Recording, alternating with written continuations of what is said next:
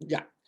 Entonces, Padre nuestro que estás en el cielo, santificado sea tu nombre, venga a nosotros tu reino, hágase tu voluntad en la tierra como en el cielo. Danos hoy nuestro pan de cada día, perdona nuestras ofensas, como también nosotros perdonamos a los que nos ofenden.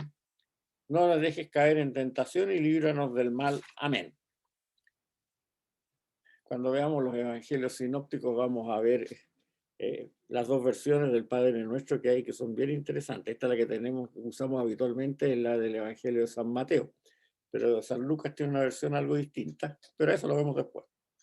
Bien, sigamos con San Pablo. Vamos ahora, ya que hemos visto las 7 cartas de Pablo I, una por una, ahora vamos a ver el mensaje de San Pablo en forma global, de Pablo I. Bien, lo primero que tenemos que entender cuando veamos el mensaje de San Pablo es que San Pablo en ninguna parte piensa que él esté fundando una nueva religión, porque hay muchos de estos ateos militantes hoy día que dicen no, que en realidad el cristianismo lo inventó San Pablo, que Jesucristo nunca quiso eh, crear una nueva religión, que sí, etcétera, etcétera, etcétera. Eso lo que dice el Evangelio lo vamos a ver después. Pero en realidad San Pablo, que es el escritor más antiguo que tenemos nosotros, o sea, que escribió sus cartas mucho antes que los evangelios, como hemos dicho, está claro que él nunca pensó en crear una nueva religión y nunca pensó en que eso significara un cambio a una nueva religión, tal como lo hemos machacado bastante.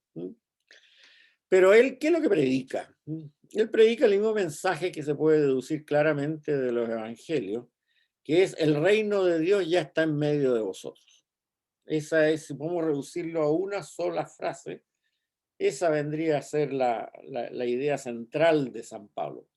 Recordemos lo que dijimos en las clases anteriores, que nosotros no tenemos toda la predicación de San Pablo, porque las cartas que hemos recibido, al margen que se hayan perdido algunas, y estén las páginas desordenadas y cosas por el estilo, responden a preguntas que sus comunidades le hacían por dudas que ellos tenían. O sea, debe haber, por lo tanto, una cantidad enorme de temas que haber tocado San Pablo en su predicación cuando estuvo algunos años en cada ciudad de estas que visitaba, que como no generaron dudas, por lo tanto no generaron respuestas de él a esas comunidades y por lo tanto no aparecen en las cartas. O sea, lo que tenemos son algunos tópicos nomás que generaron problemas o generaron dudas en las comunidades que él fundó y que él responde en estas cartas. Eso no tenemos que olvidarnos.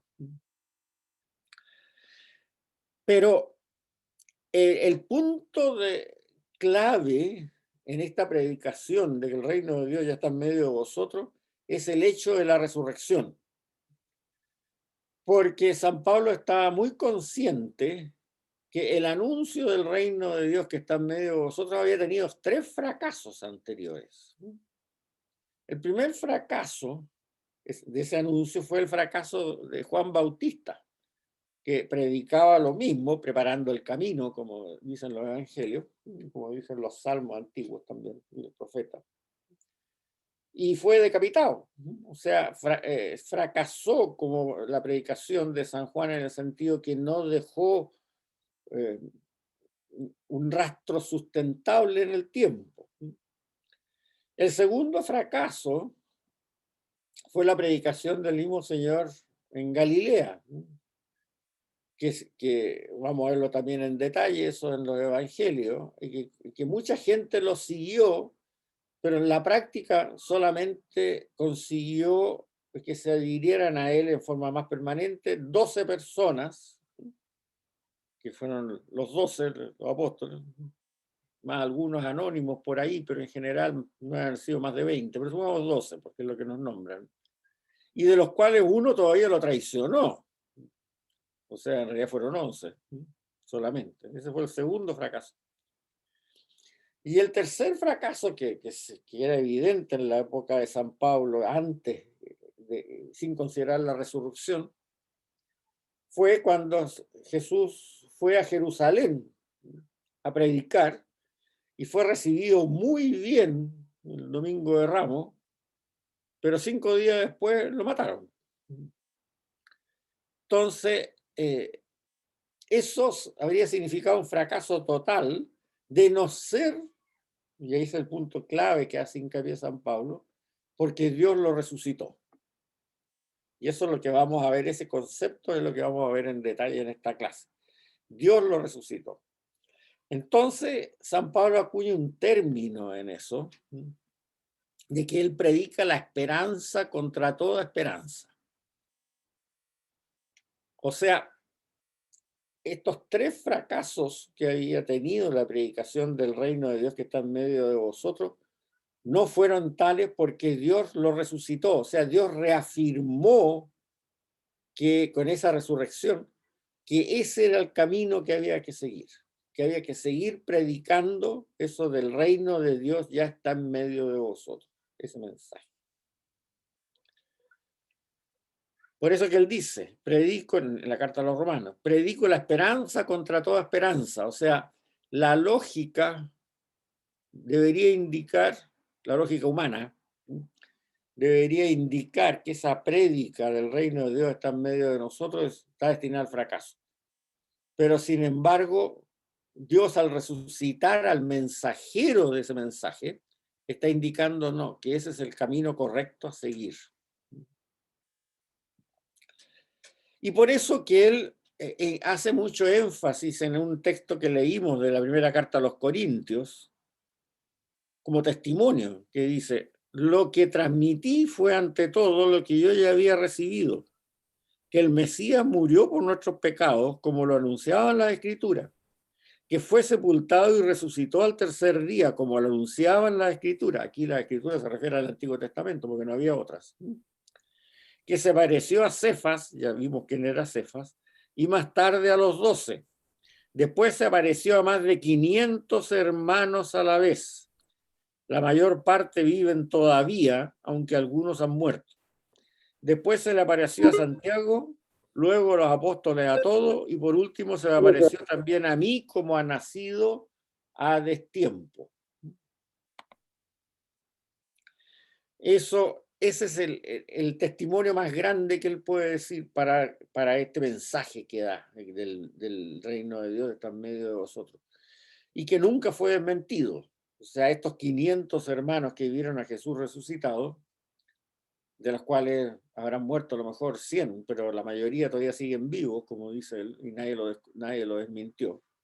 Es exactamente la razón por la cual Pablo dice que, por lo tanto, créanme, porque efectivamente al resucitarlo Dios testimonió Dios mismo que ese es el mensaje que hay que predicar.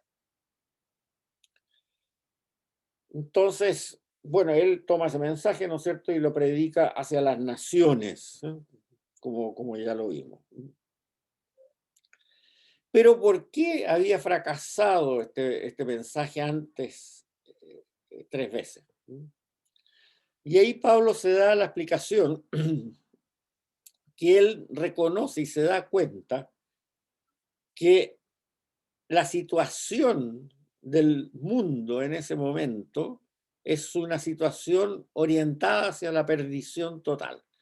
O sea, la cultura que él ve es una cultura de un fracaso que va orientado hacia la perdición total.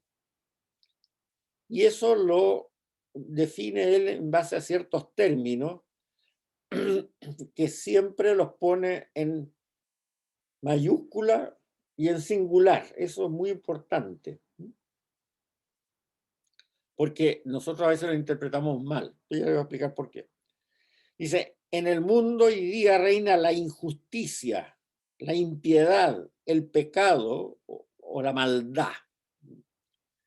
Y como le digo, todo lo pone en singular y con mayúscula. Y eso es importante porque cuando nosotros dice, cuando se lee que dice que reina en este mundo el pecado, nosotros lo relacionamos con la imagen de pecado que tenemos hoy día, que son una lista de cosas, ¿no es cierto?, que no debemos hacer y que tenemos que hacer un examen de conciencia para ver si hicimos alguna de ellas y cuántas veces la hicimos para podernos ir a confesar.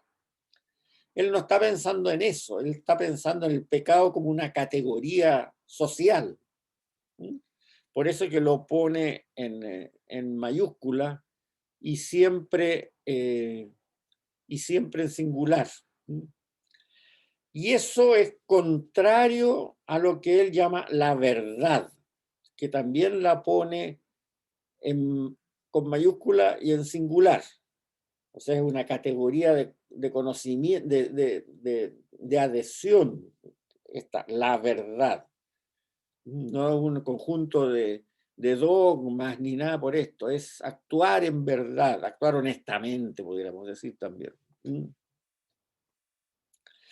Ahora, este reinado del pecado, en singular y con mayúscula, adquiere un desorden global del comportamiento de la gente que va en contra incluso al orden de la creación. O sea, es una situación de catástrofe, hasta podríamos decir ecológica, cósmica, que se está destruyendo no solo la convivencia humana, sino que se está destruyendo lo que, por ese actuar de la gente, esa cultura del pecado, se está destruyendo lo que nosotros habíamos llamado la triple armonía, la triple sabiduría de la creación, ¿no es cierto? Que significa tener una buena relación con Dios, tener una buena relación con la naturaleza y tener una buena relación con el prójimo. Por eso que habla del pecado como una categoría de comportamiento que es autodestructiva. ¿Quién lo ve, digamos, con lo que pasa diariamente en el Imperio Romano?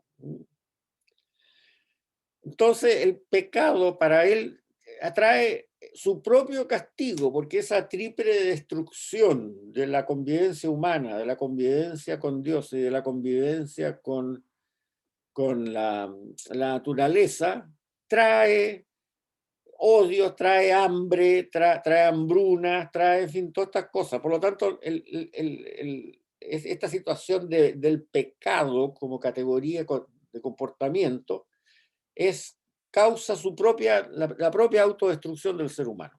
O sea, él no piensa en un infierno cuando te mueras. No, no, el ser humano se va a autodestruir en este mundo. Y cuando él predica el reino de Dios ya está en medio de vosotros, ojo, también el reino de Dios está predicando que el reino de Dios está en medio de nosotros en este mundo. Tenemos que estimularlo, tenemos que mostrarlo, tenemos que hacerlo accesible a todos, pero él no está predicando que mira, si nos portamos bien, cuando nos muramos vamos a ir al cielo.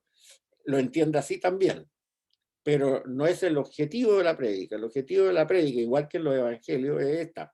El reino de Dios ya está en medio de vosotros. Si ustedes miran los textos evangélicos en que dice esta frase, lo van a encontrar siempre así. O sea, está hoy en medio de vosotros. El problema es que hay que mostrarlo, hay que llevarlo a todos, para que todos puedan darse cuenta de ese reino de Dios que está en medio de nosotros. Y lo mismo, este mundo del pecado ya está aquí. Y por lo tanto, la autodestrucción que va a provocar va a ser también en este mundo. Por eso les digo que tiene la dimensión del pensamiento de San Pablo, tiene una dimensión cósmica, cósmica, no cómica, cósmica, que trae las consecuencias aquí mismo, no está pensando en la otra vida, también lo piensa, pero en esta situación todavía no.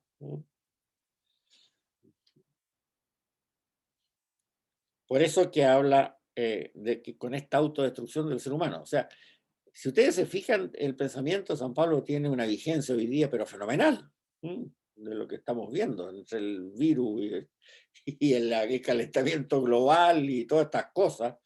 ¿Ah? Es increíble como él ya lo veía en ese momento, por eso es que su palabra es una palabra inspirada. Si no, no lo diríamos eso de que su palabra es una palabra inspirada. Ahora, otro término que también usa mucho él es el término de la carne y el espíritu, Y normalmente se interpreta esto a veces en la homilía, en las prédicas, como los pecados sexuales o la gula, qué sé yo. No, no, no, no, no, no, no tiene nada que ver. También habla de actuar según la carne en singular y con mayúsculas, ¿no? Y actuar según el espíritu en singular y con mayúsculas. O sea, para él son categorías morales globales. ¿Mm? Y da un ejemplo. ¿Mm? El actuar según la carne a veces no es necesariamente actuar en forma demoníaca, pero es actuar en forma de animal, con la animalidad del ser humano. ¿Ya? Entonces, la cita en Gálatas, ¿cuáles son las obras de la carne? O sea, de actuar según la carne. Fornicación, impureza, libertinaje, idolatría, hechicería, enemistades, contiendas, celos, rencores, odios, rivalidades, partidismo, sectarismo, envidia, borracheras, orgías y cosas por el estilo.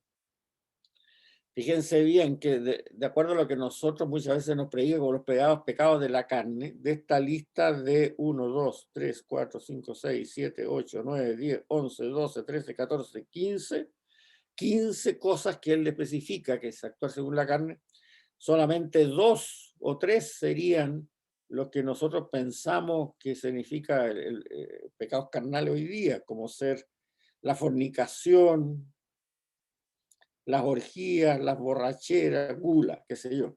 Pero las otras no tienen nada que ver con ese concepto que nosotros le queremos dar, muchas veces le damos a estas palabras de San Pablo.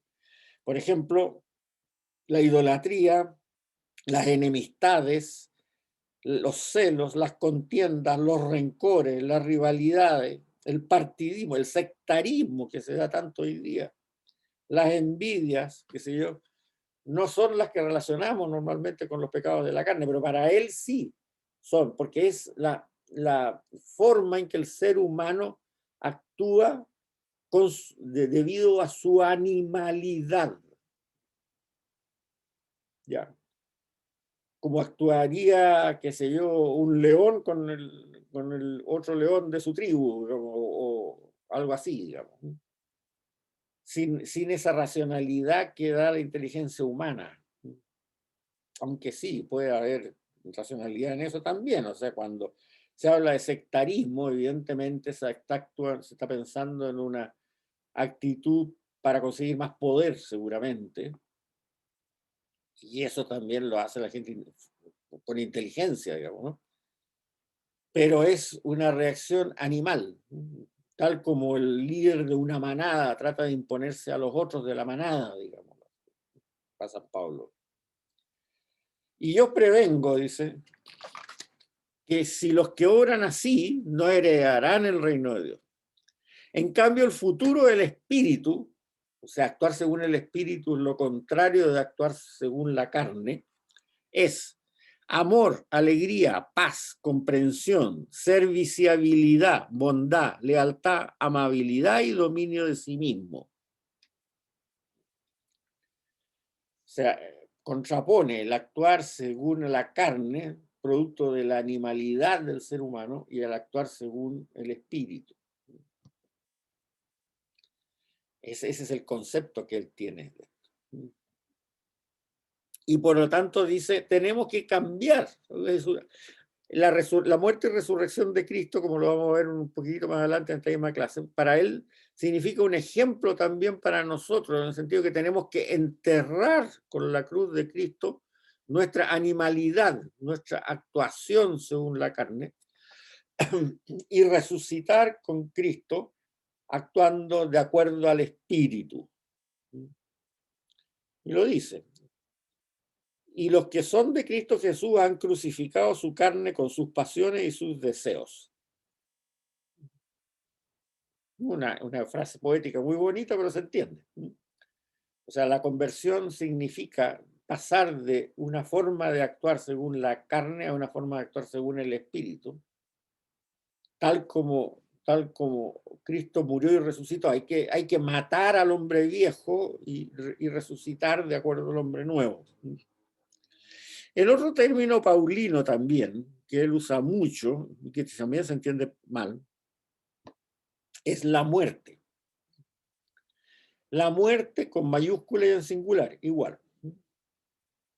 ¿Qué es lo que es la muerte? Porque nosotros siempre decimos, Cristo con su resurrección venció a la muerte, pero normalmente lo que nos oyen no entienden nada. Porque dicen, ¿cómo? Si Cristo resucitó, pero igual nos seguimos muriendo igual que antes. ¿De dónde es eso que venció a la muerte? Bueno, lo que Pablo dice, porque él es el que usa ese término,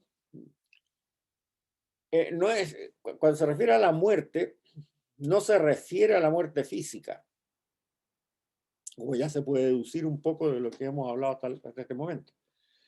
A lo que él se está refiriendo es a una potencia que no la nombra, que dice una potencia destructiva, que empuja a la gente a actuar según la carne. O sea, alguien que está organizando esto a nivel global, que es alguien con criterio destructivo, que está organizando esto para que la gente actúe según la carne. Y eso lo llama la muerte. Por eso que dice que la muerte va a ser el último enemigo a vencer. Porque, claro, predicar el reino de Dios está en medio de vosotros, uno predica persona por persona, pero al final, para evitar que esas personas vuelvan a caer en lo mismo, de alguna manera hay que destruir a esa potencia destructiva que está detrás, empujando a la gente para que actúe según la carne. Y esa potencia la llama la muerte.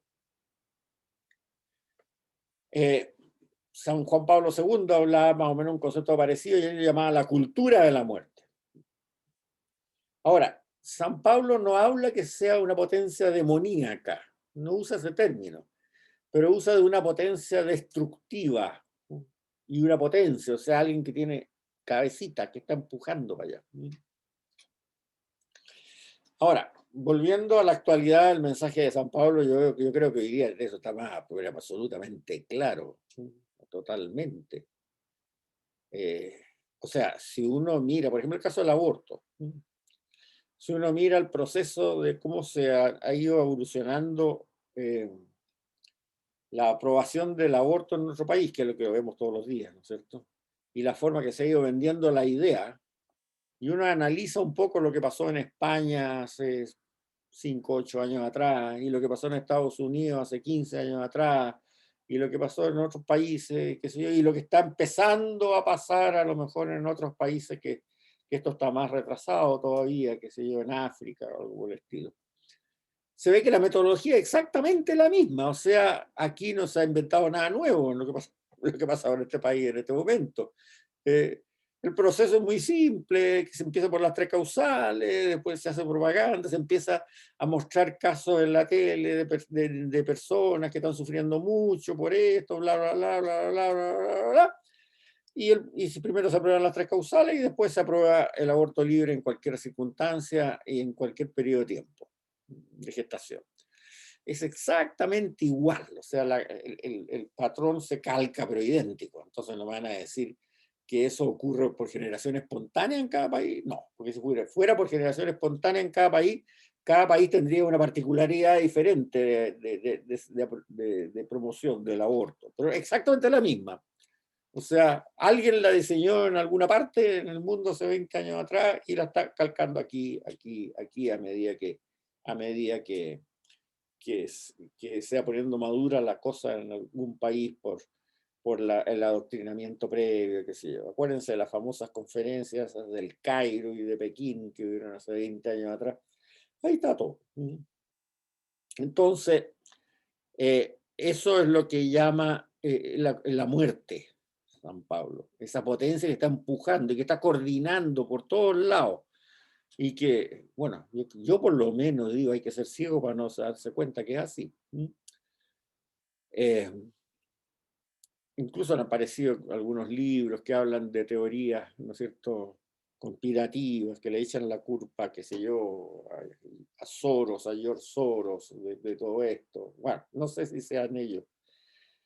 Aunque hace un año atrás leí un artículo de una fundación que la financia George Soros a nivel mundial, que escribieron un artículo que por alguna parte lo tengo guardado, si lo encuentro se los mando, pero no, no garantizo nada, está en inglés, de una página y media, que decía que, de una fundación de él, para la promoción de la democracia, se llamaba o algo por el estilo, que decía que la pandemia del coronavirus era el momento preciso para de una vez por todas destruir la familia tradicional.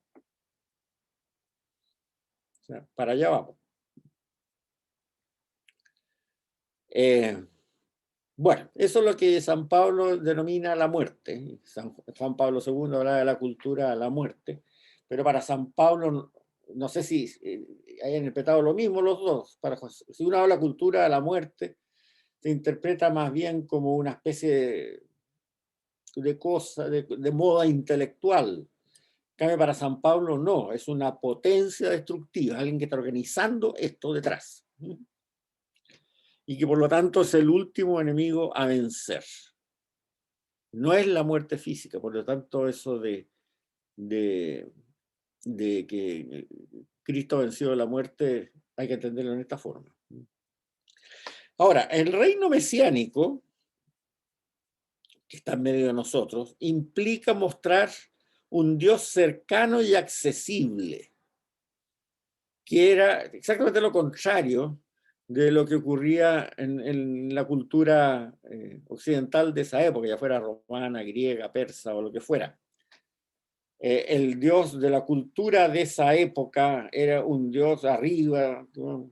Qué sé yo, que tenía una corte, había un montón de dioses que se peleaban entre ellos y que estaban bien alejados de la gente. En cambio, aquí se presenta un dios cercano y accesible, que se preocupa preferencialmente, personalmente, de cada uno de sus hijos y que cuida de ellos, porque ese Dios se ha encarnado en la humanidad. O sea, Jesús era verdadero, Jesucristo era verdadero Dios y verdadero hombre, eso lo tiene re claro San Pablo.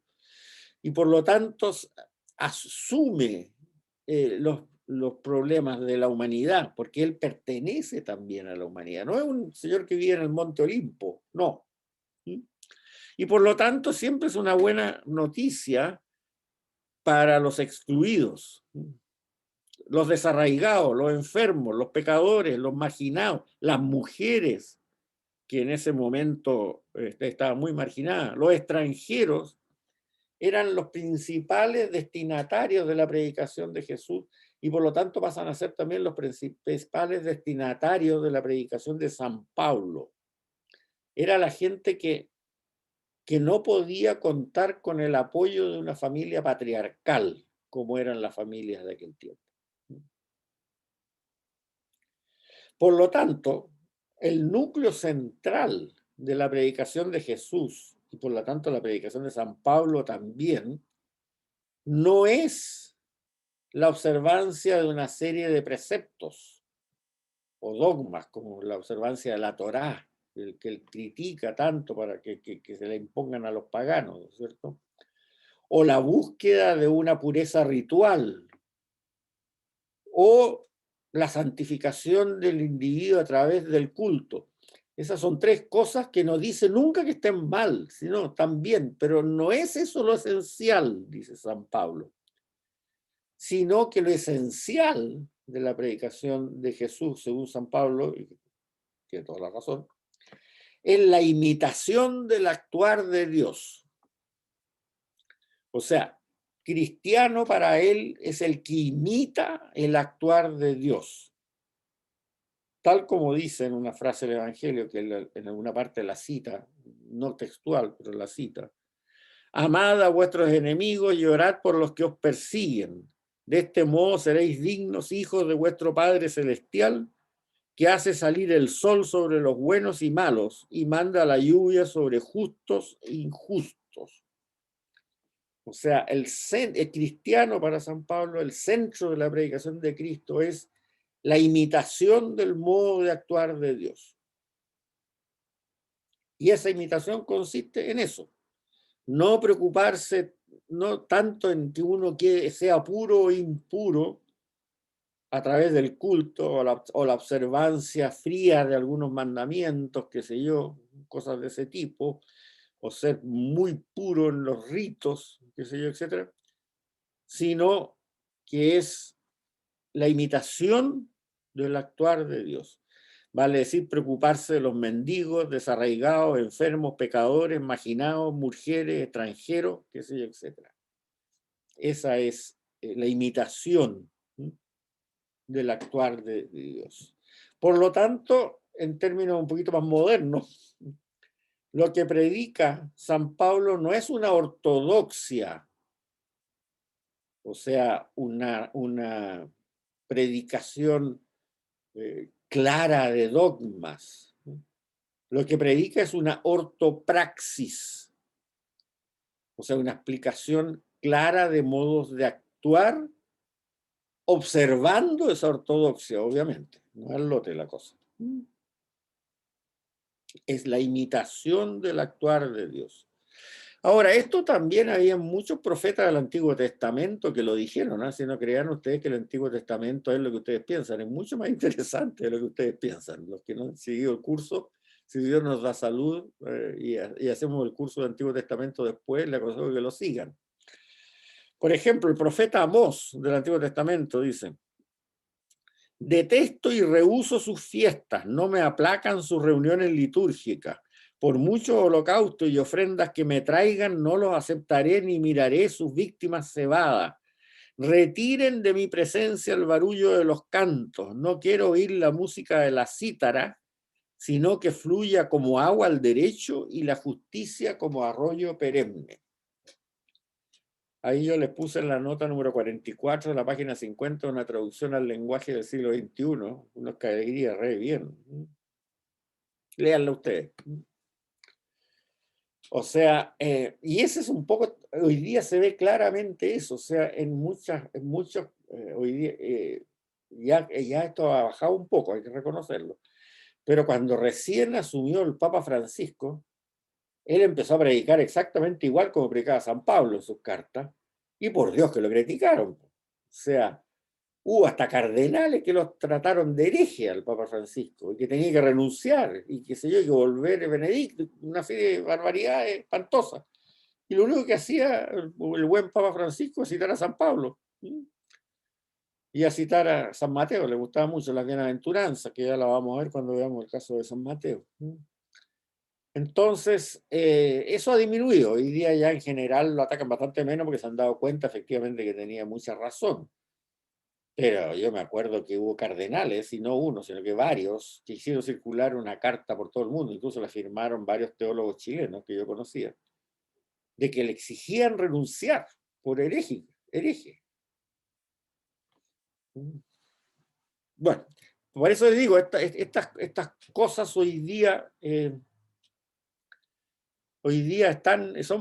son vigentes. O sea, San Pablo en realidad tuvo una visión profética, eso hay que reconocerlo, ¿no? Hay que reconocerlo. Ahora, la pandemia ha ayudado un poco también a que reconozcamos que San Pablo tenía razón. O sea, hoy día efectivamente ese triunfalismo raro que había en la iglesia ha ido decayendo. Como le digo, se acepta mucho más lo que dice el Papa Francisco hoy día porque se ha dado cuenta, el mundo se da cuenta que tiene razón en muchas cosas. No será la persona más diplomática para expresar sus sentimientos, pero porque a veces es medio rudo, como dicen por ahí, pero tiene razón. El Dios de Israel siempre fue, y San Pablo lo mira así también muy claramente en su concepción que tiene, el Dios liberador de situaciones imposibles.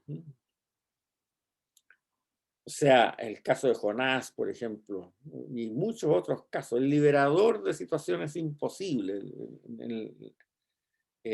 Cuando ya todo está desesperado, que no se sabe qué va a pasar, si la persona se convierte, el Dios lo libera.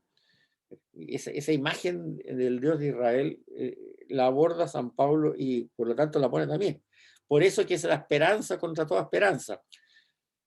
Y para que se den cuenta de lo errado que es eso del Dios del Antiguo Testamento, que es un Dios castigador y todo, les recuerdo que olviden esos relatos de historia sagrada que les inventaron en el colegio cuando eran niñitos chicos y lean los salmos.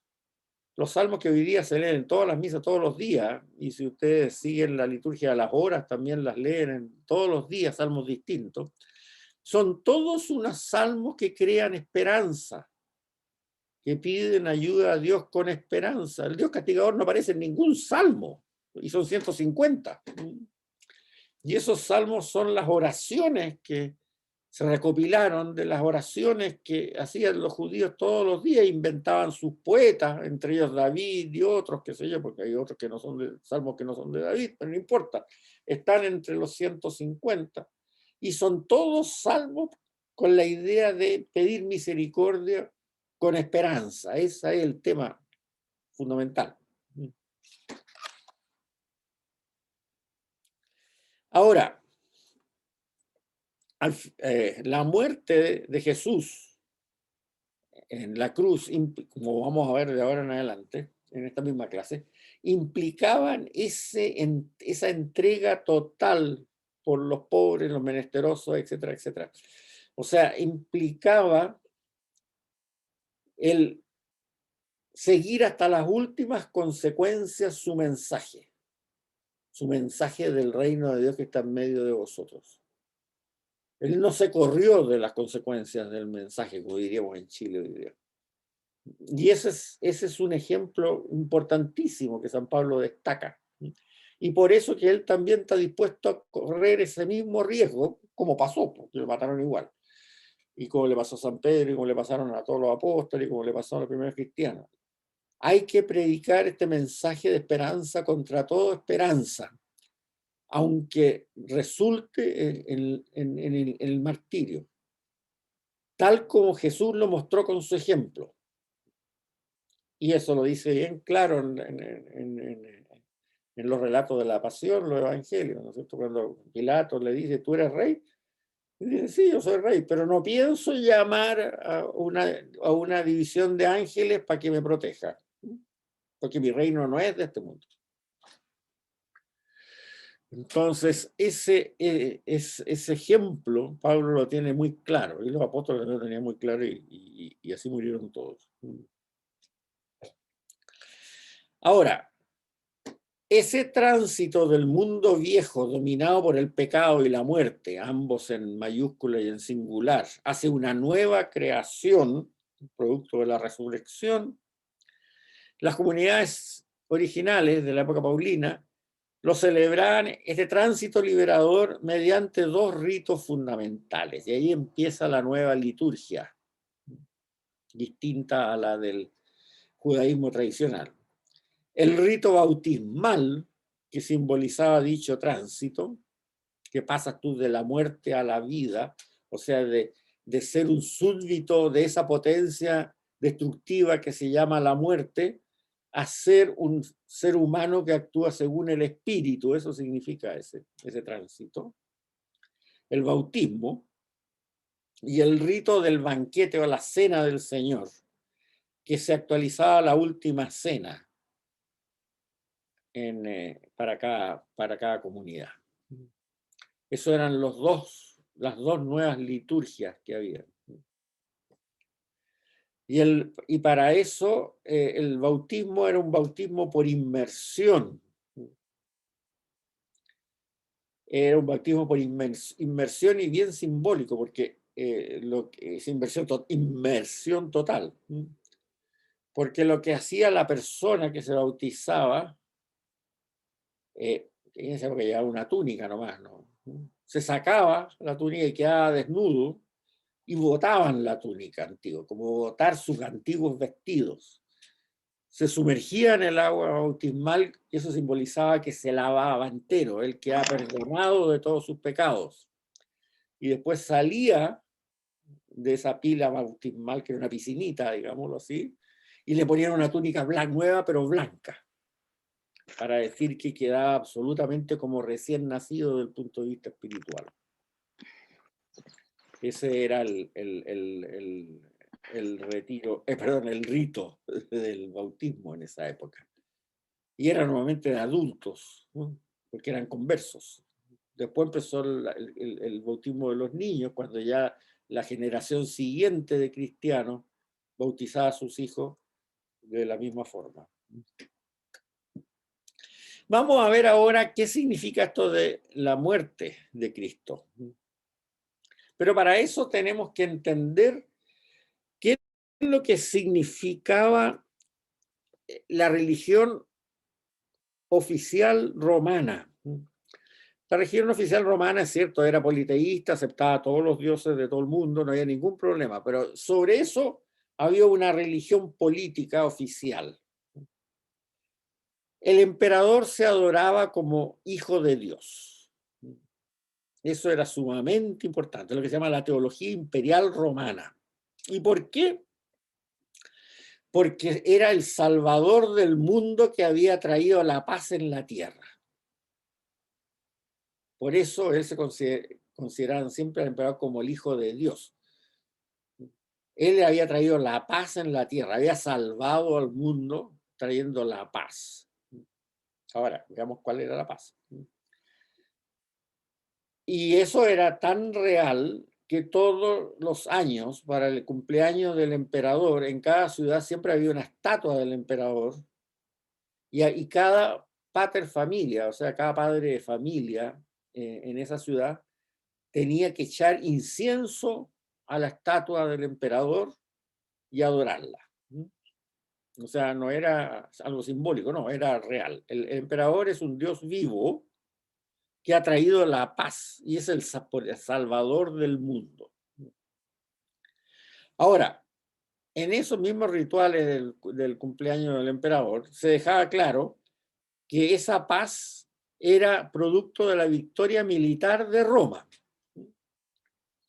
O sea, se adoraba al emperador de Roma porque había traído la paz y con eso también se adoraba la cultura romana que mediante esa victoria militar, porque eran seres humanos superiores los romanos, porque habían ganado todo lo demás, tiene bastante de teoría nazi esta cosa, ¿no? De aquí los nazis lo sacaron, pero en Roma se decía más o menos lo mismo. O sea, la victoria militar, por ser los romanos seres superiores, era la que había traído el orden en el mundo occidental, que era todo el mundo conocido en esa época, y la paz. Y como el emperador era la cabeza de ese imperio, de ese orden imperial, él era el Dios en este mundo, el Señor del mundo, el Salvador del mundo, que había traído esa paz. Ahora, eso obviamente trae una contradicción feroz con lo que predicaba Pablo, porque Pablo decía, Jesús es el Señor, no el emperador. Y eso fue mirado inmediatamente como alta traición. Y no solo a Pablo, sino que vamos a ver que por esa razón murió Jesucristo. El Señor era el Dios revelado para San Pablo. No era el Dios resultado de las prácticas imperialistas que había traído esa paz feroz militar en el mundo, sino que era el Dios revelado, o sea, Cristo. Jesús es el Señor.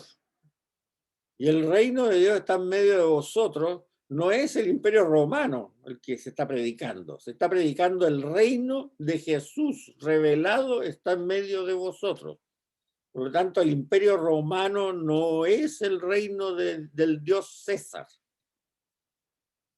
Y eso entra en contradicción feroz con la moral, con la teología imperial que se hacía en todas partes, o sea, en todas partes, en toda ciudad había esta estatua del emperador que había que adorar una vez al año, qué sé yo, etcétera, etcétera, etcétera.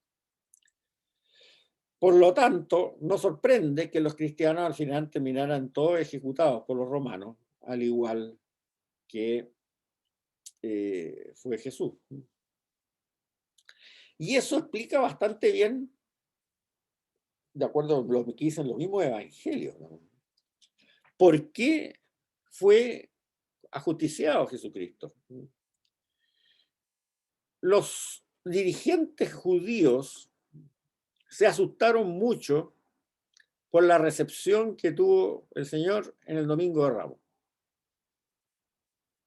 Porque el pueblo judío quería al Señor. Si ustedes van al apéndice 6, en la página 169, léanlo por favor en sus casas. Son 3 páginas. 169. Yo hice una lista completa de todo cómo reciben al Señor en los 4 evangelios, tanto el pueblo como los dirigentes. En el Evangelio de San Marcos hay 16 citas que el pueblo lo recibe altamente positivamente, bien, al Señor. Solo 3 negativas, y esas 3 negativas corresponden a dirigentes. En el Evangelio de San Mateo, la página 170, hay 15 citas que yo puse ahí, en que el pueblo recibe muy positivamente al Señor y a su doctrina. Y solo 3 negativas. Y esas 3 negativas corresponden a dirigentes. En el Evangelio de San Lucas hay 21 citas en que el pueblo recibe altamente, fueron muy positivas al Señor y con mucha admiración. Y hay solo 4 negativas y corresponden a dirigentes. Y en el Evangelio de San Juan está más mezcladito la cosa porque él siempre trata de mostrar cómo la gente recibió muy bien al Señor y los dirigentes muy mal. O sea, en la misma cita aparecen las 2 caras de la moneda. Y en el 173, en la página 173 le doy un pequeño resumen. O sea, el pueblo recibió muy bien al Señor. Al domingo, incluso en el Domingo de Ramos dio una demostración salvaje, por la razón que a lo mejor haya sido la que haya sido, porque odiaban a los romanos, porque tenían esperanzas que él podía a lo mejor liberarlo de los romanos, porque sanaba a los enfermos, lo que fuera, pero le tenía simpatía, lo quería mucho. Y sin embargo, 5 días después murió. Pero veamos por qué murió. Aquí está la cita de que San Juan lo dice muy claro. Los sumos sacerdotes y los fariseos se reunieron, entonces estamos hablando de por allá por el miércoles santo, en una sesión del Sanedrín y decían, ¿qué hacemos? Porque ese hombre, Jesús, realiza muchos milagros y señales. Si los dejamos seguir así, todos van a darle su adhesión y vendrán los romanos y destruirán nuestro lugar sagrado, el templo, e incluso nuestra nación. O sea, los dirigentes judíos ya se habían dado cuenta, esto que lo dice San Pablo, pero tan clarísimo. El mensaje de Cristo es alta traición para la teología imperial romana. Lo que acabamos de decir, y le puse toda la cantidad de ejemplos de esto. El mensaje de Cristo es alta traición para la teología imperial romana. ¿Por qué? Porque dice que el Dios revelado es el Señor del mundo y no el emperador.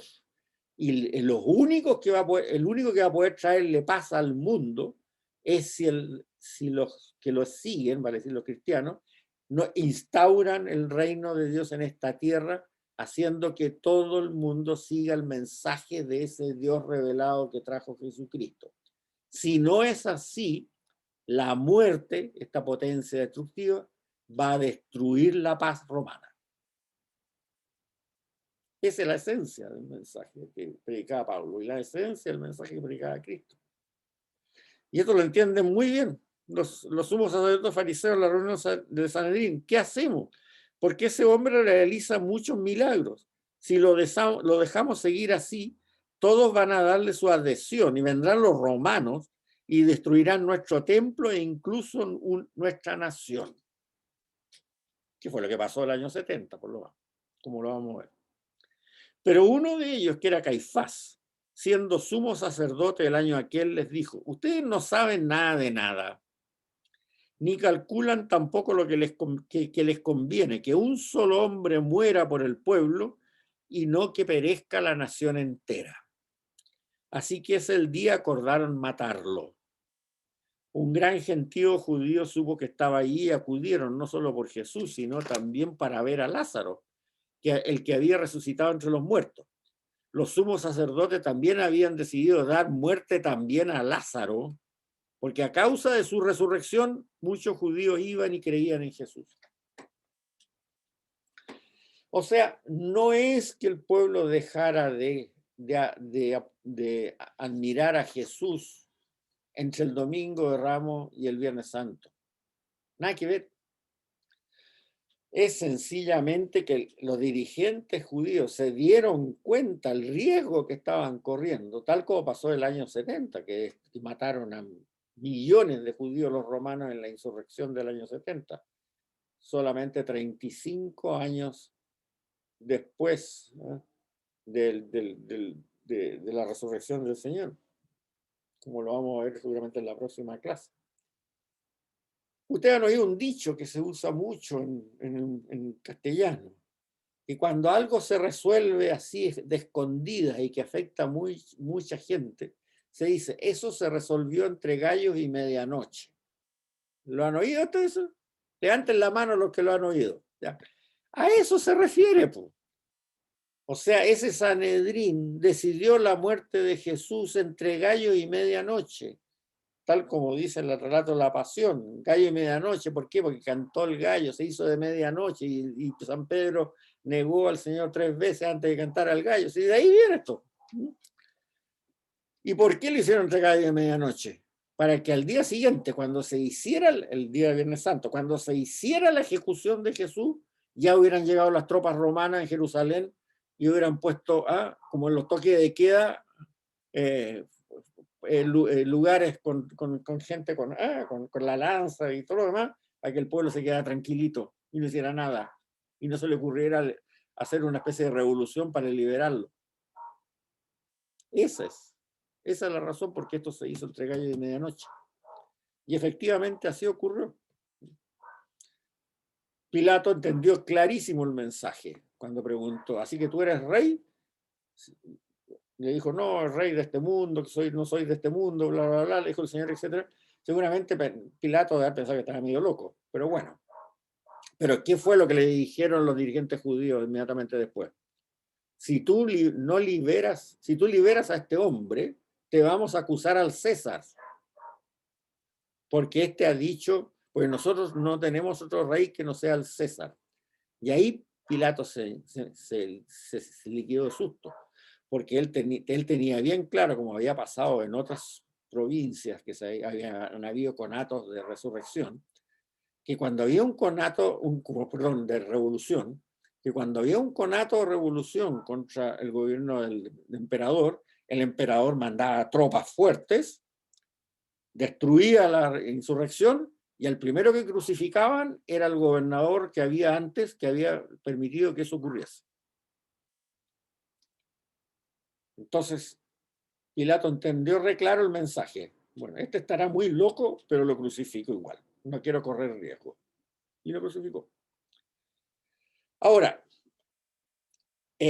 yo estuve en Jerusalén hace muchos años, tenía 17 años, imagínense cuántos años atrás, fue en 1960. Y visité los lugares. Eso de las multitudes que decían crucifícalo, crucifícalo, crucifícalo delante de Pilato, es una forma de expresar, pero si uno ve exactamente, por eso que digo, ¿se acuerdan de esa frase que les dije? Un texto sacado de su contexto no es nada más que un pretexto para hacerlo decir lo que uno quiere. Bueno, si uno visita el pretorio, que se puede visitar, es un patiecito que debe tener 10 metros por 10 metros, no más que eso, que está rodeado por columnas, o estaba rodeado por columnas, ya no me acuerdo si existen todavía o no, y en el frente está la casa de Pilato, una especie de U acostada. ¿Cuántos caben ahí? Y además que había que dejar una distancia entre Pilato y el pueblo, y ahí ponían una guardia, ¿no es cierto?, para que esa gente que llegaba ahí no agarrara peñascazo a Pilato, pues eso no podía ocurrir. Entonces, ¿cuántos caben ahí? ¿20? ¿25? ¿Y quiénes eran esos 20, 25? Los sumos sacerdotes, el Sanedrín, que han sido, no sé, el Sanedrín eran 70, pero no han habido los 70, han habido alguna delegación, no más que sé yo, unos 8, 10, y los mismos sirvientes de esa gente que gritaban, crucifícalo, crucifícalo, pero ¿cuántos habrán sido? ¿20? No más que eso, si no caben más. Y eso es visible para todo el que haya ido a Jerusalén. Entonces, esas multitudes que a nosotros nos imaginábamos leyendo, que todos los judíos dijeron, mátenlo, mátenlo, mátenlo. No es cierto. Los que deben haber dicho, mátenlo, mátenlo, mátenlo, deben haber sido 10, 15, 20, no más que eso. Y los otros deben haber estado aterrorizados, y las grandes multitudes deben haber estado aterrorizados en sus casas, viendo cómo le destruían su esperanza en un futuro mejor. Tal como lo relata muy bien el Evangelio de San Lucas en el caso de los discípulos de Maús. Nos destruyeron nuestra esperanza. Ahí han estado en las casas muertos de miedo, porque ha estado lleno de tropas Jerusalén por todos lados. Y eso San Pablo lo tenía muy reclaro, porque seguramente, incluso, haber sido cabro chico cuando esto pasó y lo haber visto, si es que estaba en Jerusalén, y si no, se lo van a haber contado. Entonces tenemos que tener claro este contexto en que sale este mensaje. Volvamos hacia lo importante que queremos entender. El mensaje de Cristo y el mensaje de Pablo era alta traición para la teología imperial romana. Y eso lo tenemos claro y lo voy a seguir aclarando más. La sabiduría de este mundo, dice Pablo, bueno, la sabiduría de este mundo se está refiriendo a esa forma de actuar del mundo que él conoció, a este mundo romano, a este mundo imperial, a este mundo con esta teología atroz, ¿no? del emperador como el señor del mundo y que había que adorar porque era el que traía la paz y qué sé yo, etcétera, etcétera. Esa es la que crucificó al Señor de la Gloria, dice Pablo. Usa ese término. Crucificaron al Señor de la Gloria. Era esa sabiduría. Pero Pablo va más allá. No acusa solamente al Imperio Romano. Él, que era una persona bastante culta, en Tarso había ido a la buena escuela pública griega, qué sé yo, etcétera, y además a la buena escuela religiosa judía, él lo ve como que eso va a ocurrir en cualquier imperio que ocurra en el mundo. Conocía la historia para atrás. No así los 12 apóstoles que eran pescadores, campesinos, analfabetos. Él era una persona muy culta. Entonces, él sabía que los imperios son así. Los imperios, incluso lo que pasó lo vimos en la primera clase, ¿no es cierto?, con los antíocos en Jerusalén y todo, hacen una opresión global y una destrucción global. En ese sentido, Pablo también va contra la idea de un imperio cristiano. O sea, y tendría toda la razón, no lo dice tan explícitamente, pero lo dice. Tendría toda la razón. En los imperios cristianos ocurrió la Inquisición, ocurrieron los pogromos rusos, en los imperios cristianos trajeron los esclavos de África para Europa. O sea, es ese espíritu de imponer una teología oficial en que ensalza al gobernante y que lo hace, ¿cómo se llama? El Dios que trae la paz en este mundo. Es ese modo de vida el que ataca a Pablo. Y en que entonces se va creando una especie de casta superior, que en ese caso eran los romanos, ciudadanos romanos, y Pablo era ciudadano romano, se lo tenía de contra claro, que explotaban a los de abajo. Acuérdense que en el Imperio Romano, los países dominados, todos los ciudadanos de los países dominados que no fueran romanos, eran siervos o esclavos y que trabajaban para que el imperio pudiera subsistir. Y por eso que los publicanos, que eran los que recolectaban los impuestos para Roma, eran tan mal vistos. Pero el ciudadano romano no trabajaba, el ciudadano romano se dedicaba a qué sé yo, a los placeres, y el que era más culto a la literatura, al arte, a lo que fuera, pero lo que trabajaban eran los dominados. Y ese era para Pablo el mundo que él no le gustaba, el mundo del pecado, el mundo de la injusticia, el mundo de, en fin, todo lo que hablamos ahí.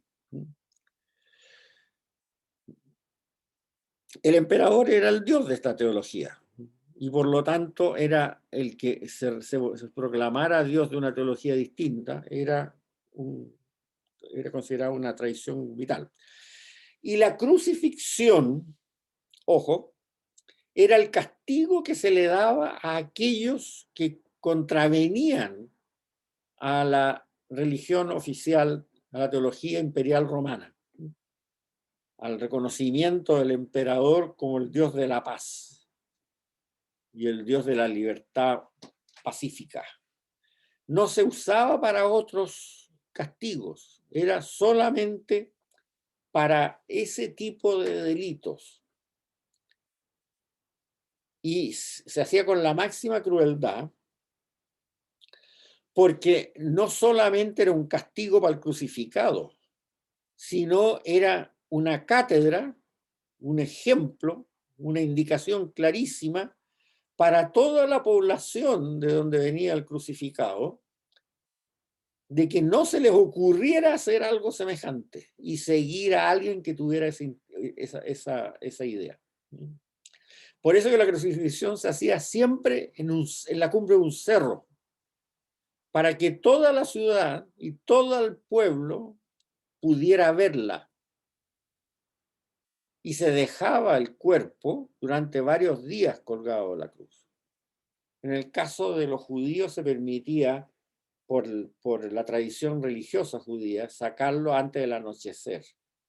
Pero en los demás pueblos no, se dejaba por 3, 4, 5 días, y siempre se hacía en el cerro más elevado que hubiera en esa ciudad, de tal manera que desde el amanecer hasta el anochecer toda la gente viera.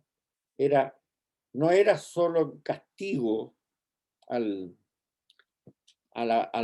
que transgredía la teología imperial romana, sino que también era un escarmiento para que todos tuvieran claro lo que iba a pasar si esto ocurría. Ahora, ¿quiénes eran los dos ladrones? Ustedes van a decir, bueno, pero si lo crucificaron con dos ladrones. No era así. El verbo que usa en los evangelios en griego para nombrar a estos dos que crucificaron junto a Jesús, no es el que usan para decir, que el sustantivo, perdón, no es para el que usan para decir los rateros, ¿no? A un hombre, un ciudadano o lo que fuera, que le robaba la cartera a una señora, no lo crucificaban, no. Le pegaría unos cuantos azotes nomás y nada más.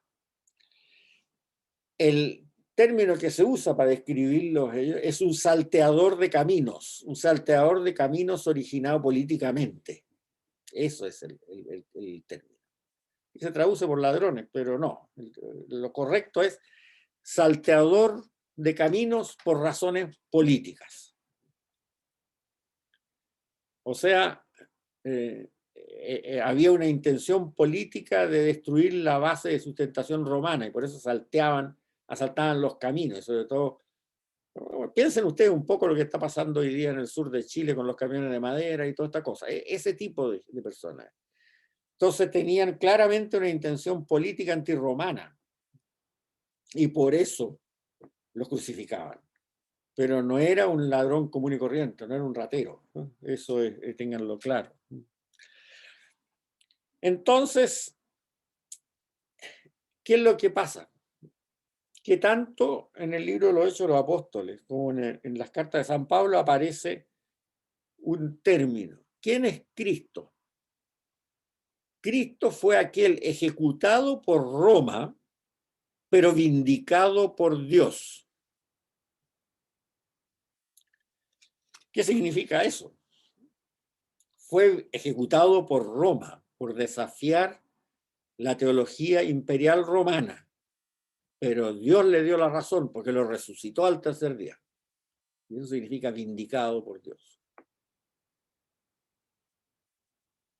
O sea, romanos, ¿ustedes lo mataron? Nada. Chiva, Dios lo resucitó. Ustedes no tienen poder sobre él. Por muy Dios que sea el emperador, por muy Dios que haya que adorarlo, Dios el verdadero Dios, el Dios revelado por él mismo, lo resucitó. Así que eso es el fracaso más grande que ustedes pueden tener en su teología imperial. Y no lo pudieron matar de nuevo tampoco, porque se fue para arriba nomás, a estar junto con su Padre Dios. Entonces, eso era altísima traición predicar eso, porque significaba darle al pueblo que estaba agobiado por el peso de la tiranía romana una esperanza contra toda esperanza. Volvemos a la frase inicial. Miren romano, así que ustedes creen eso, que el emperador. Nos han predicado algo mejor. Aunque muramos aquí todos, aunque nos maten, pero hay una esperanza contra toda esperanza. ¿Por qué? Porque Dios nos va a resucitar al igual que a él.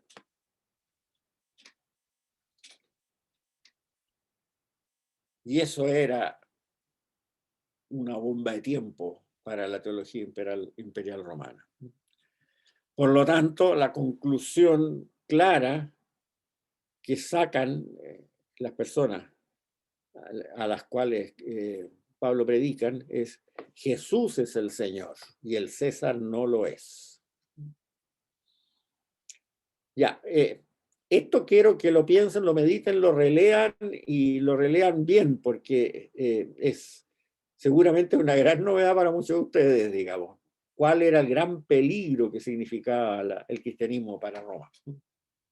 Y que cuando veamos en la próxima clase, yo creo, la subsiguiente, lo que pasó el año 70 con la destrucción de Jerusalén por los romanos, ahí se van a dar cuenta que efectivamente esa era la forma de reaccionar de los romanos. Bien, pasemos a lo siguiente. Ojalá que lo alcancemos a pasar entero porque esto es muy importante.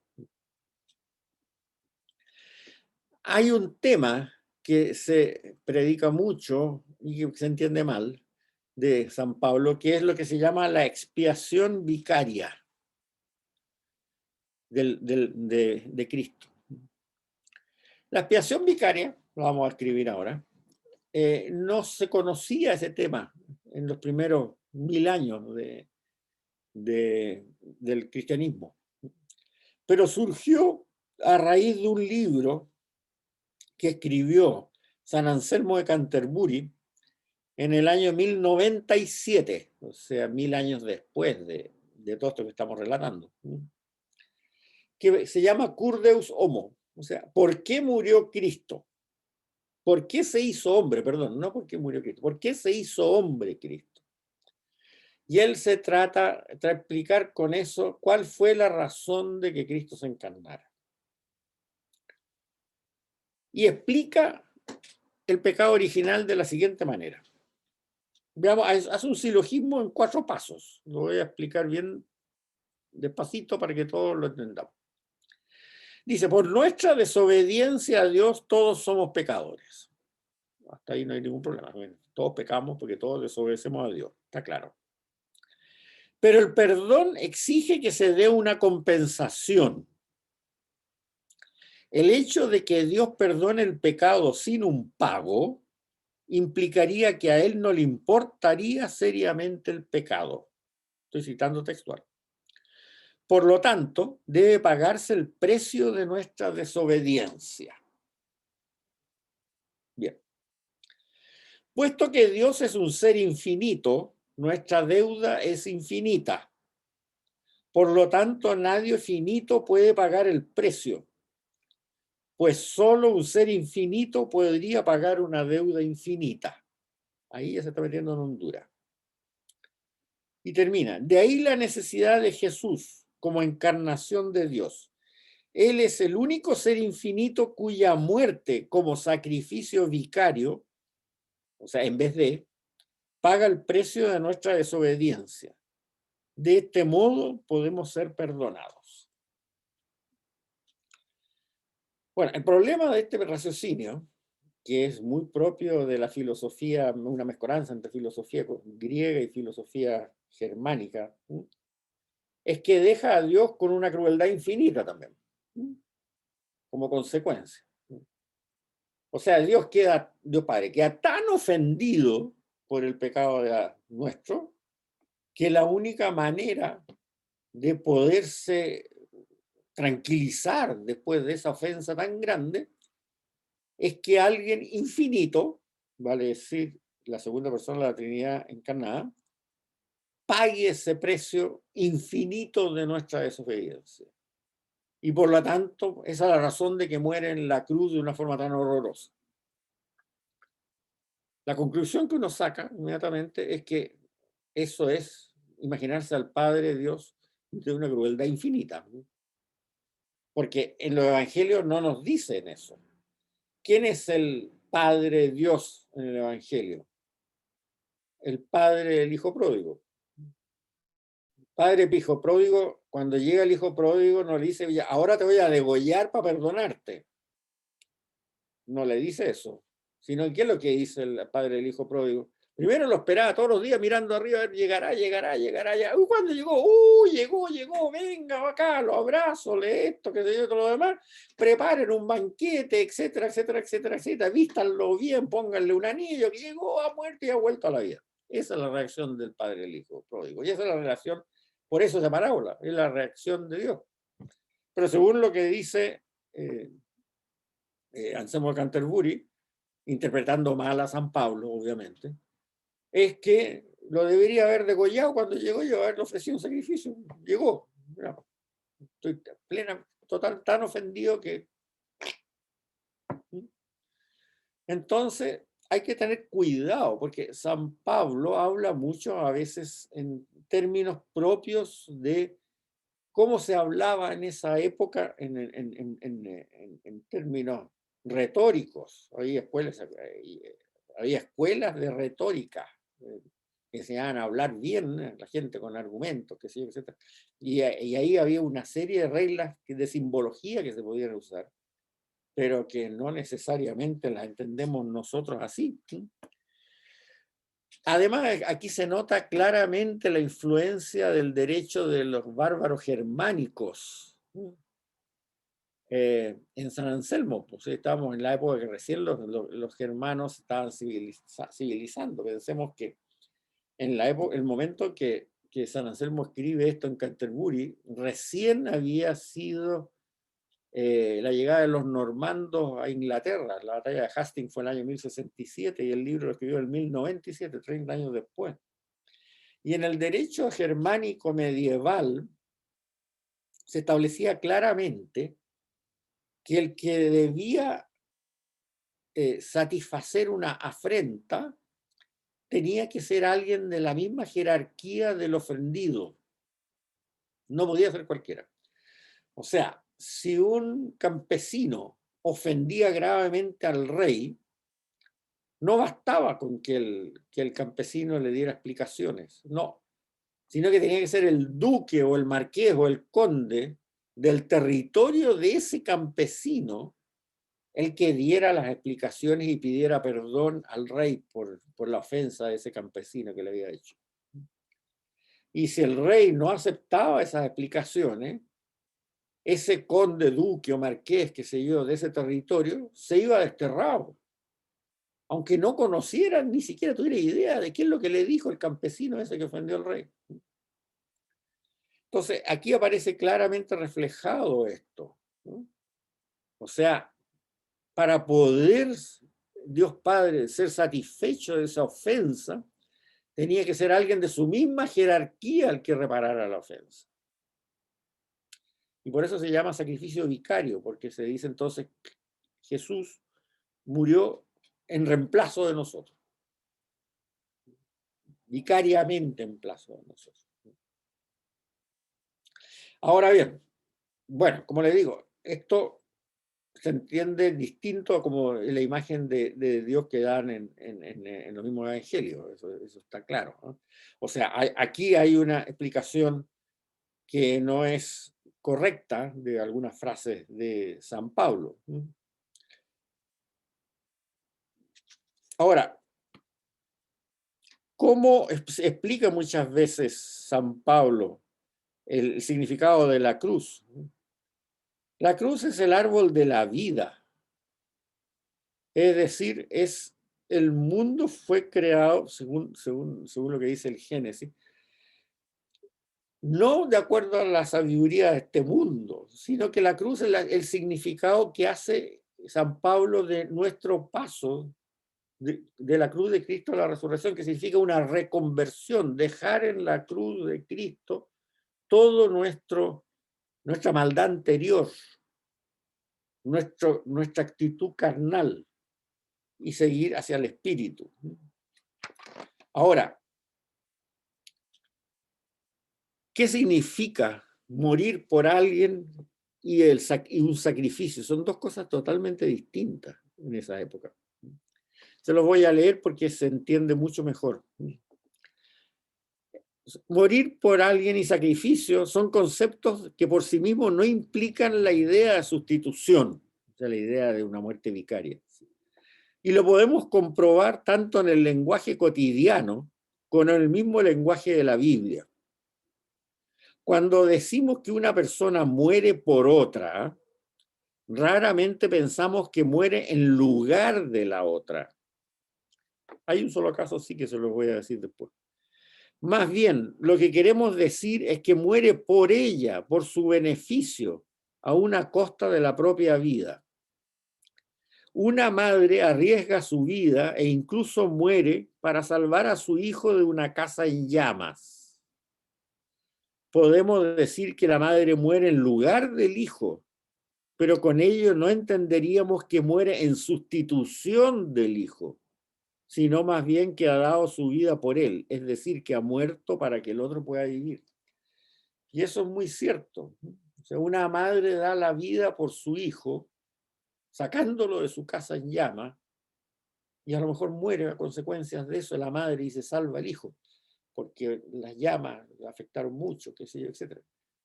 Pero no estamos diciendo que una madre se queme a lo bonzo para que su hijo nunca corra el riesgo de morir quemado. No es lo mismo. O sea, cuando decimos que muere en lugar del otro, decimos que muere a lo mejor a consecuencia de querer salvar al otro, pero no por sustitución del otro, no por hacer un sacrificio vicario. Son dos cosas distintas. En el libro Jesús del padre José Miguel Langlois, que es del año 2017, que es sacerdote del Opus Dei. Yo creo que nadie puede criticar al Opus Dei de no ser absolutamente estricto en la doctrina. Dice, en un capítulo que se llama El dolor, el amor y la providencia, se pregunta eso mismo, ¿debía ser así la salvación del mundo? O sea, con esta muerte cruenta, atroz de Cristo. No, desde luego, dice. Habría bastado mucho menos, solamente un pensamiento de Dios Padre, o incluso el mero perdón del Padre, sin que fuera necesaria la encarnación del Hijo. ¿Por qué entonces tanto derroche, dolor y sangre? Porque en el máximo dolor se expresa el máximo amor. Cristo nos quiso redimir de manera más plena y amorosa que sea concebible o inconcebible. Se diría aún que Dios mismo no pudo ir más lejos para traernos así, para ganar nuestro corazón, para hacer más visible a los ojos humanos la inmensidad de su amor, que leemos en la cruz como un libro abierto.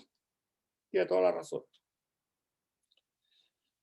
¿Qué fue el mensaje que nos dio Cristo en la cruz? Que el, el predicar, el implantar en este mundo el reino de Dios en esta tierra tiene que hacerse hasta las últimas consecuencias, si no, no es posible. Y eso incluso hasta esta muerte horrible de cruz. Y eso es evidente que sí. ¿Ustedes creen que los apóstoles hubieran, supongamos que efectivamente el Señor, cuando le dijo, ¿cómo se llama? Pilato, si tú eres rey, y él le dice, sí, yo puedo dar una orden, aquí vienen una serie de ángeles y me salvan. Supongamos que lo hubiera hecho. Le dice, ya, Miguel, ven, echa a estos romanos por fuera. No hubiera muerto en la cruz, obviamente. ¿Pero ustedes creen que los apóstoles hubieran salido a predicar a todo el mundo eso mismo? ¿O hubieran pensado, claro, al Señor fue re fácil? Cuando estuvo a punto que lo crucificaran, le pidió ayuda a San Miguel y lo liberó. Estupendo. Y ahora que nosotros estamos presos con Nerón, ¿va a pasar lo mismo? ¿Le podemos pedir a Miguel que nos venga a rescatar de la cárcel de Nerón?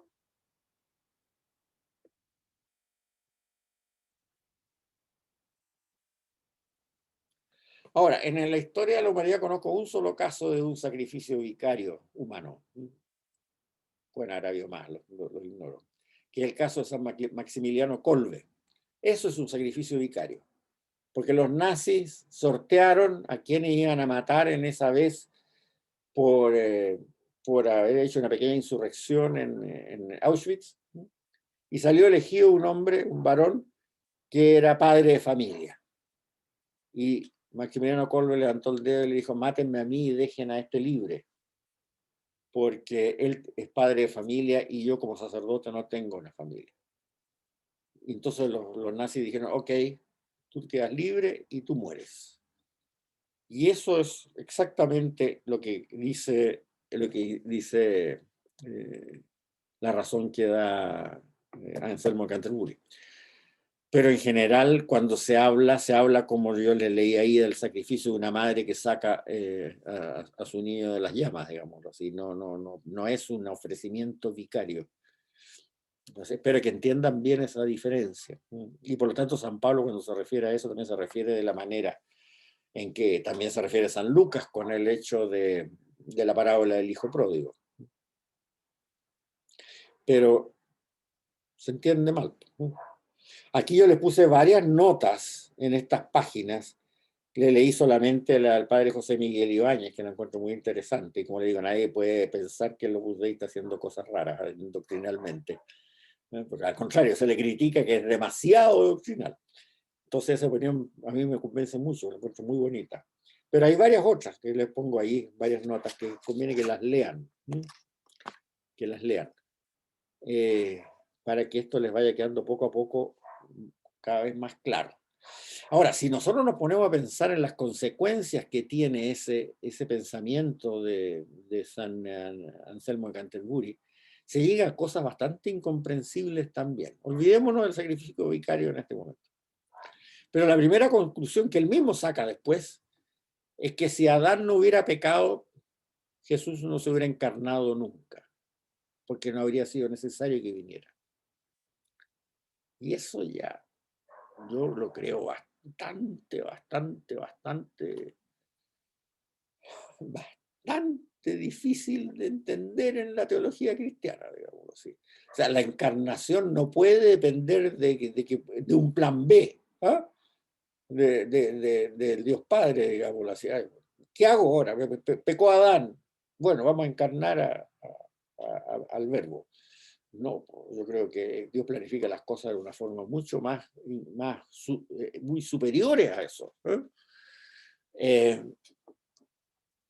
Pero San Anselmo lo dice, si Adán no hubiera pecado, Cristo no se hubiera encarnado.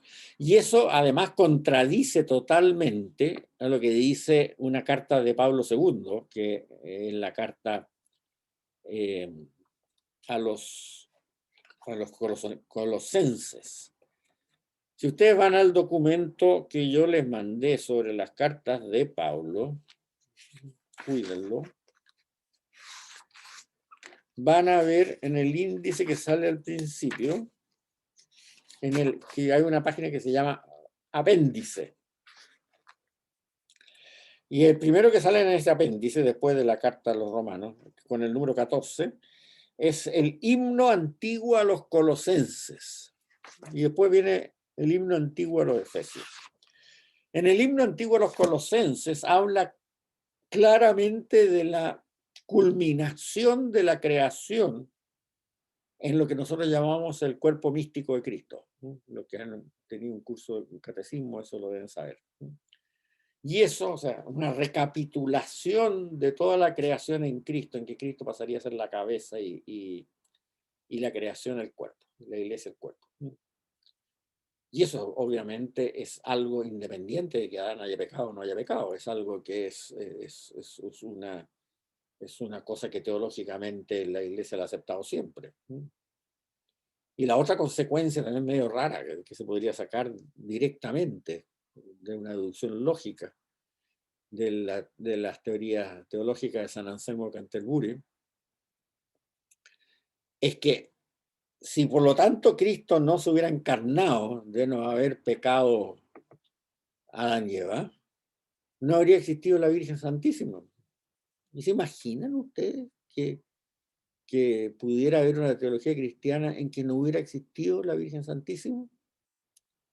O sea, habría existido una muchacha, seguramente, llamada María, hija de un señor que se llamaba Joaquín, hija de una señora que se llamaba Ana, y que se casó con un carpintero que se llamaba José, pero no habría sido la Virgen María, porque no habría sido la madre de Cristo, porque Cristo no se habría encarnado y por lo tanto no habría existido la madre de Dios. ¿Se imaginan eso ustedes como posible en la teología cristiana? Entonces, yo creo que evidentemente que ese enfoque anselmiano, como se dice, que ha sido muy, muy, muy utilizado hasta el siglo XIX y todo lo demás, y todavía se predica muchas veces en la iglesia cristiana, algo tiene que no hay que mirarlo así, hay que mirarlo mejor como lo pinta San Lucas en muchas parábolas del Dios de la misericordia. Ese Dios de crueldad infinita que tiene que ver morir a su propio hijo de esa manera para poder resarcirse del pecado de los primeros padres, no. Pero uno se encuentra con esa imagen, cada vez menos, pero se encuentra con esa imagen muchas veces en homilías, que sí, etc.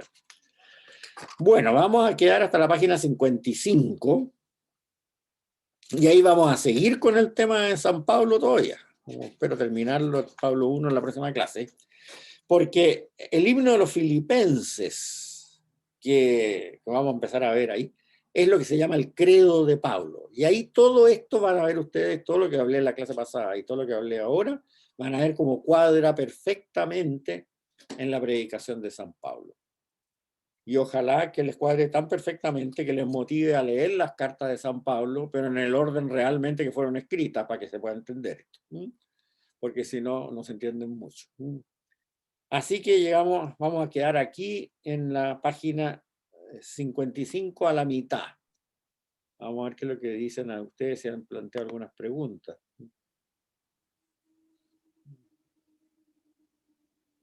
Bien. Recuerden un poco aquí, porque hacen alguien pregunta, bueno, ¿y qué pasó con Adán y Eva?